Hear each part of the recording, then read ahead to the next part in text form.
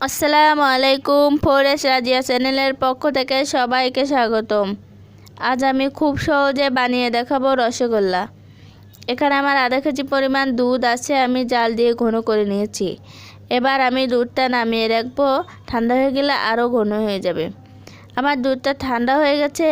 এবার আমি এখানে পরিমাণ মতন ময়দা দিয়ে ভালোভাবে মাখিয়ে নেব। এরপর হাফ চা চামচ বেকিং পাউডার দিয়ে খুব ভালোভাবে মাখিয়ে নেব।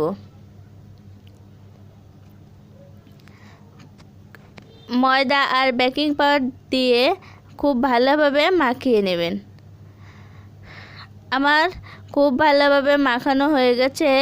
এবার আমি মিষ্টি বানানোর জন্য তৈরি করব।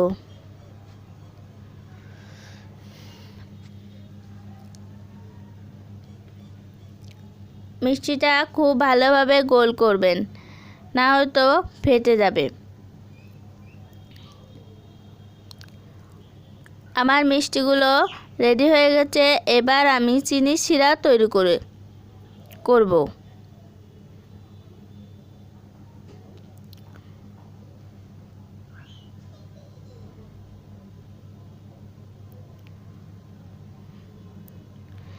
চিনির শিরাটা বেশি ঘন করবেন না, পাতলা করবেন। এখানে পরিমাণ মতো লবণ চিনি দিয়ে আমি জাল করে নেব।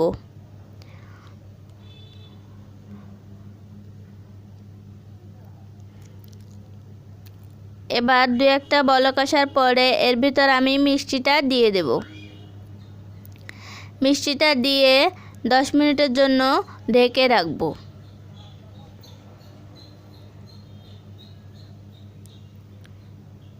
আমার 10 মিনিট হয়ে গেছে, দেখুন মিষ্টিটা অনেক ফুলে গিয়েছে।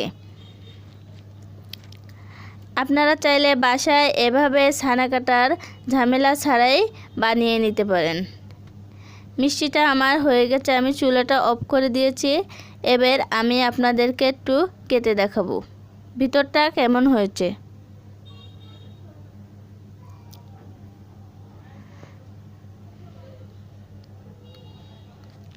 ভিতরটা অনেক নরম হয়েছে।